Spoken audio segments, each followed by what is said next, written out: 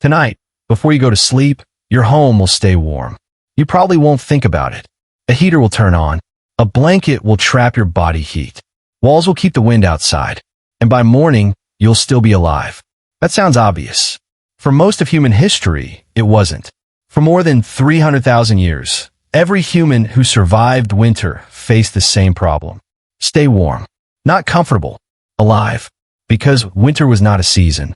Winter was an enemy. And unlike mammoths, polar bears, or wolves, humans were almost completely unprepared for it. We don't have thick fur.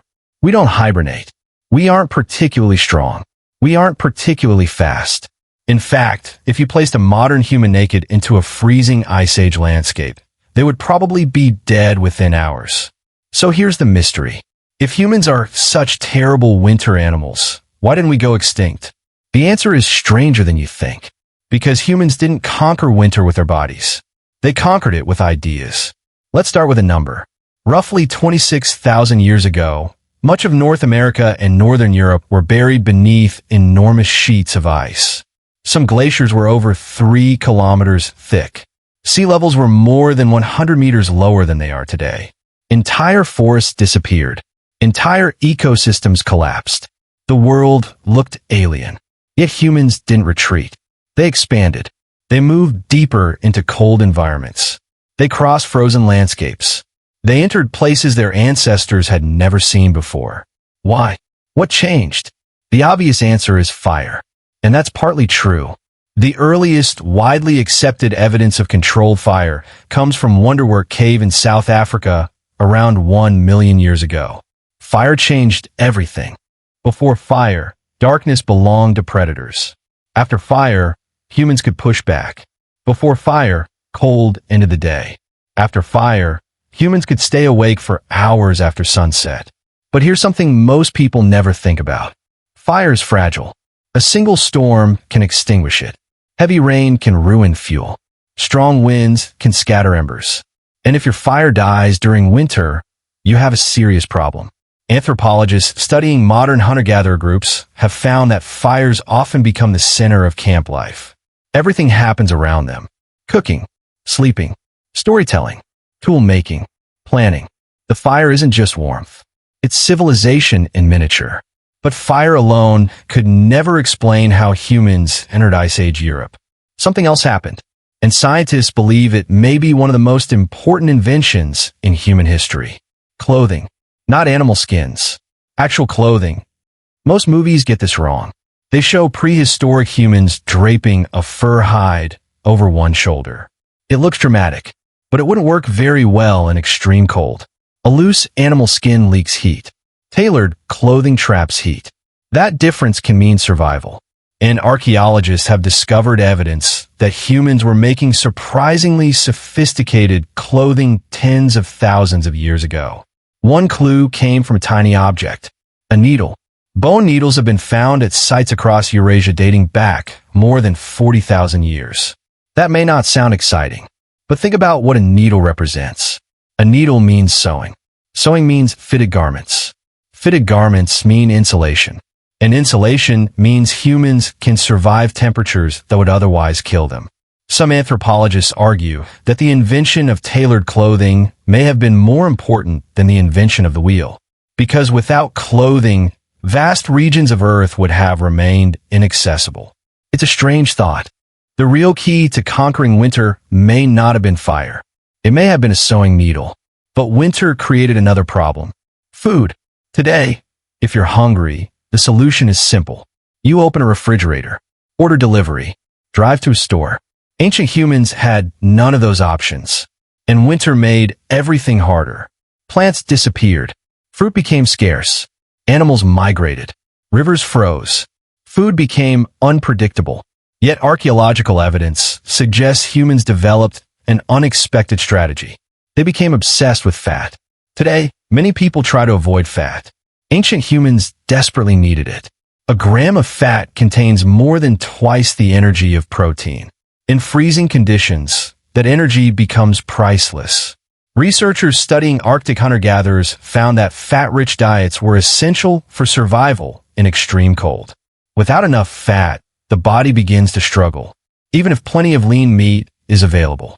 In fact, there is a condition known as protein poisoning, sometimes called rabbit starvation.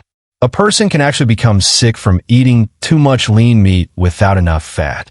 Imagine discovering that after a successful hunt, you have food, but not the right kind of food. Suddenly, every animal becomes more than prey. It becomes stored energy. And ancient humans learned to use nearly every part. The meat was eaten. The fat was preserved. The hide became clothing. The bones became tools. The tendons became thread. A large animal wasn't just dinner. It was an entire survival system. Which brings us to one of the strangest archaeological discoveries ever made. Mammoth houses. In Ukraine, archaeologists uncovered circular structures built from mammoth bones. Some are roughly 15,000 years old.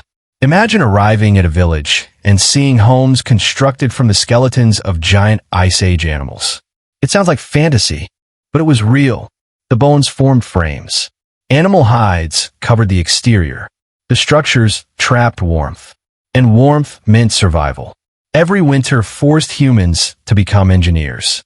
But here's where the story becomes even more interesting. Scientists think winter may have changed the human brain itself. Not biologically, behaviorally. Think about what winter demands. You can't simply react to the present. You must think ahead. What happens if the hunt fails? What happens if fuel runs out? What happens if food disappears? Survival depends on planning, and planning requires imagination. You have to picture a future that doesn't exist yet. Some researchers argue that harsh seasonal environments may have rewarded long-term thinking. The people who prepared survived. The people who didn't often vanished.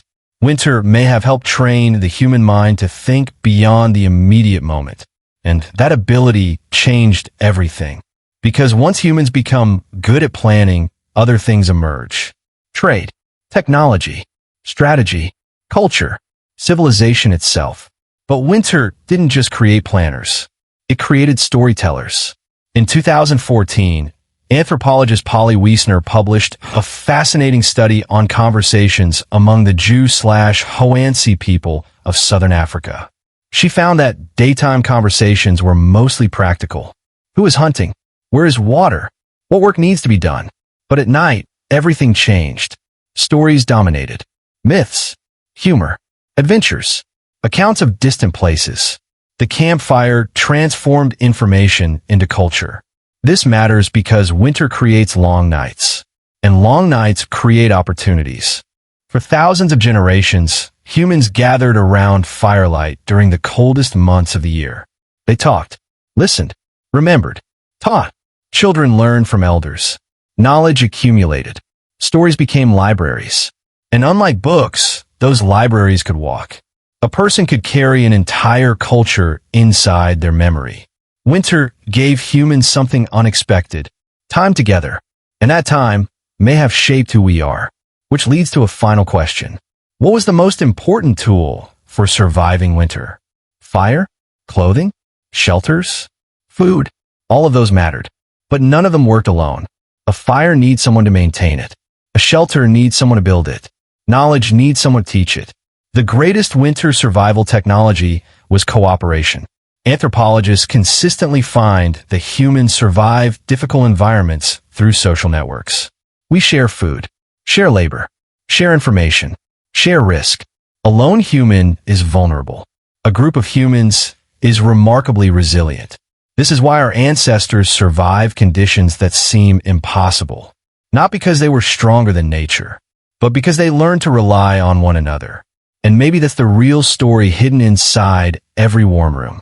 When you turn on a heater tonight, you're solving a problem your ancestors spent hundreds of thousands of years fighting. The heater makes it feel effortless.